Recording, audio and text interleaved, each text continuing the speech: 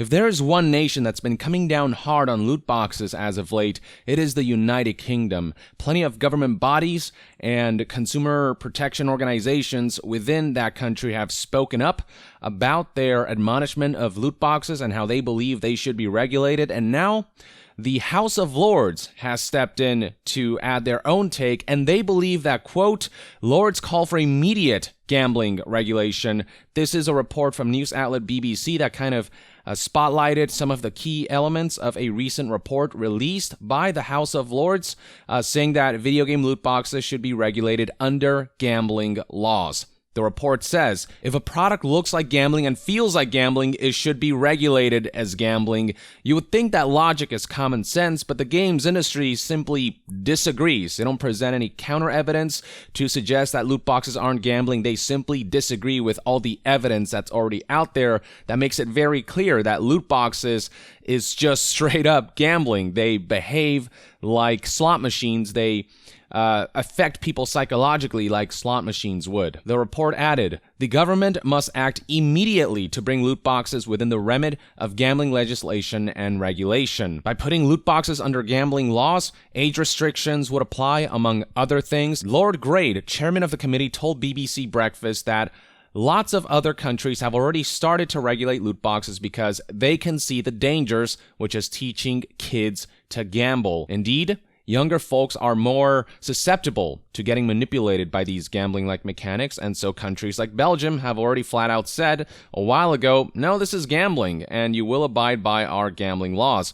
And so games like FIFA were eventually forced to remove the ability to pay for the loot boxes, and there were plenty of other companies that were forced to either flat out remove loot boxes from the game or remove their mobile games from being sold on Belgium entirely. Now imagine something like that happening in the UK, which is a much bigger market than Belgium, especially for a title like FIFA, given the potential legal and financial ramifications of loot boxes. Should the UK regulate loot boxes as gambling, EA would be forced to dispense with the gambling-like mechanics for their sports titles. They wouldn't be able to release the UK version of FIFA without loot boxes, and the US version with.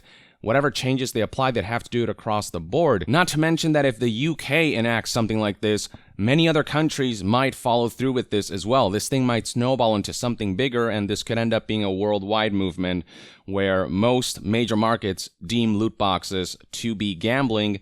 And once that happens, it would just be too much trouble for these companies to implement loot boxes in their games, and that would go with loot boxes falling under the purview of gambling laws. It would mean that they would no longer be able to label these games and advertise them as kids-friendly. They would flat out have to say these games are for adults 18+. Lord Grade also told BBC, quote, that the Gambling Act was way behind what was actually happening in the market, but he added that the overwhelming majority of the report's recommendations could be enacted today as they don't require legislation. He makes a great point here where the law hasn't kept up with emerging new forms of gambling like loot boxes. That's why game companies currently can get away with saying that loot boxes aren't gambling, because the law hasn't caught up yet, but it's catching up real fast. Fortunately, it doesn't seem like it needs to take too long for the law to catch up. For some of these recommendations, apparently that stuff could be enacted today and don't require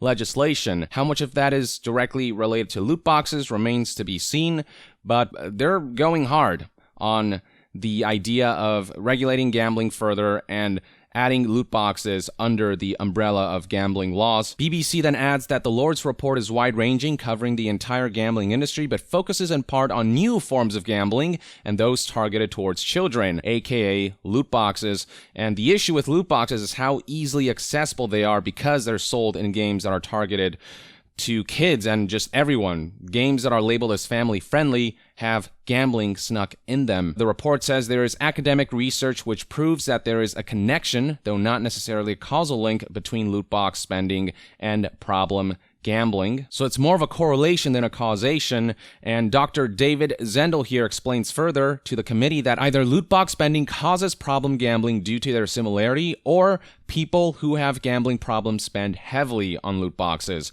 but he warned that either way the connection was extraordinarily robust. So basically, if someone is susceptible to gambling you would find in casinos, they would also be susceptible to loot boxes according to research because of their similarity. Therefore, there's no reason to separate the two as far as regulations go. They should be regulated exactly the same way. The BBC article then adds that the Lord's report concludes that ministers should make new regulations which explicitly state that loot boxes are games of chance. It also says the same definition should apply to any other in-game item paid for with real money, such as FIFA player packs. There's a particular emphasis on FIFA in the UK because of how popular that franchise is in the country, and that popularity means that implementing gambling-like mechanics in FIFA straight up spreads gambling across the nation to adults and children alike. This is a particularly popular product that makes it incredibly accessible for anyone to engage in gambling-like mechanics. It should not be this easy for kids to straight up participate in gambling. There are strict rules about bringing kids into casinos. The same kind of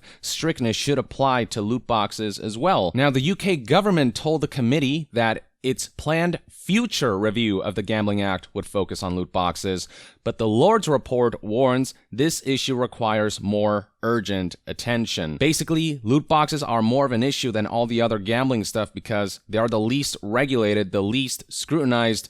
They are what's running more rampant than anything else because, again, it's gambling in family-friendly titles like FIFA. FIFA is advertised as a soccer game, and plenty of other sports titles are advertised as such, but they often feel more like casino games with a sports game on the side. Now, if you go to the official UK Parliament website, you'll find a summary of that report.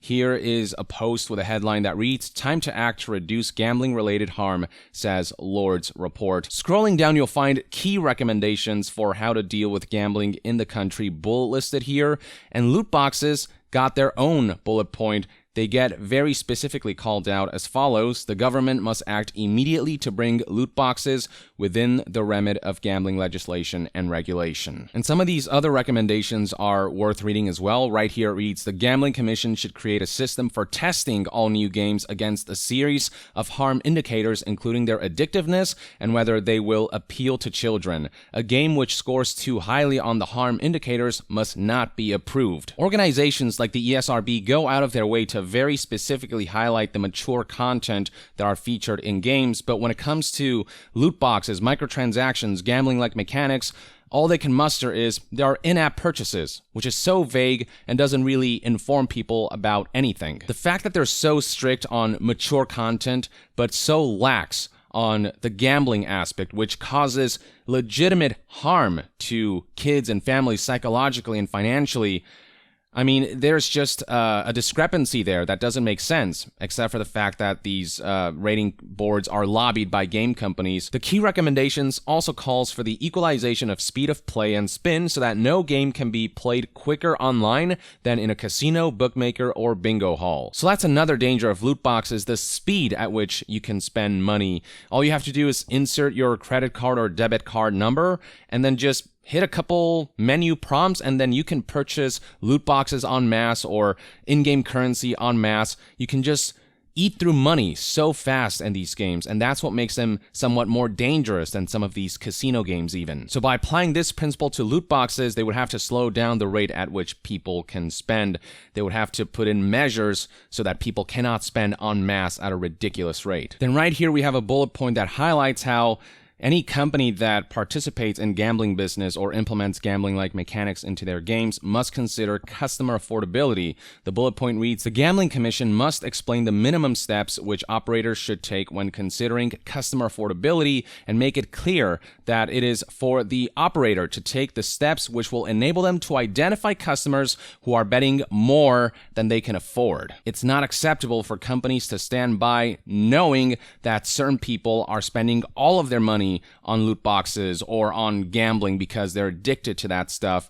It is the responsibility of these companies to understand who they're selling to, and how that's affecting these people. Now, these are just some of the key recommendations. Apparently, the report made some 66 recommendations total. Not all of them are directly related to loot boxes, but given that they want loot boxes to be under the gambling law umbrella, they may very well eventually apply to loot boxes as well. This comes in after other UK organizations and government bodies have spoken out against loot boxes. So right here we have an article from June 7th, 2020 that noted how ministers call for evidence on video games such as FIFA that charge money for rewards. The Department for Digital Culture, Media and Sport will this week launch a call for evidence on the increasingly common feature of games such as the football franchise FIFA. Back in January 21st, 2020, the NHS, the National Health Service, called for a loot box ban. Here's an article from September 2019 that talked about how the Digital Culture, Media and Sports Committee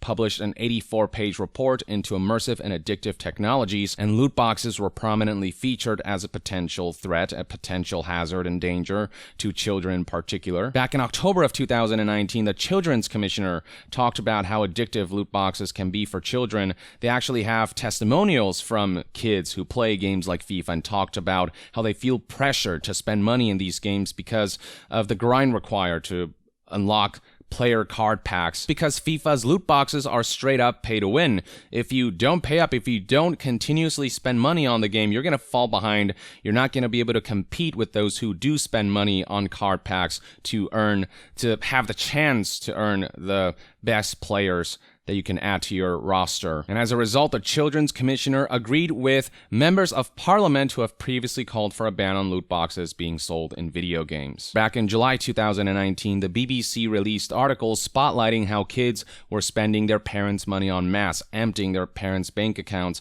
on all kinds of games, whether it's console games, mobile games, and of course, FIFA in particular was spotlighted because of the popularity this game has in the UK. Let's also not forget, of course, that back in June 2019, Epic and EA were grilled by the House of Commons, by the Digital Culture, Media and Sport Committee, about their shady monetization practices. That's where we got the infamous phrase, we don't call them loot boxes, they're surprise mechanics, they're fun and ethical, all that laughable bullshit. So what we have here is a situation where government ministers, members of Parliament, and the House of Commons, House of Lords, they're all sort of banding together to admonish loot boxes and also to regulate them as they should be, because again, they're just straight up gambling. There's plenty of evidence to suggest that. The games industry continues to deny this despite the evidence out there because it is going to affect their profit margins. That's what it comes down to. Money over the safety of the customers they're selling their products to. But that's not going to last, games industry. The walls are closing in,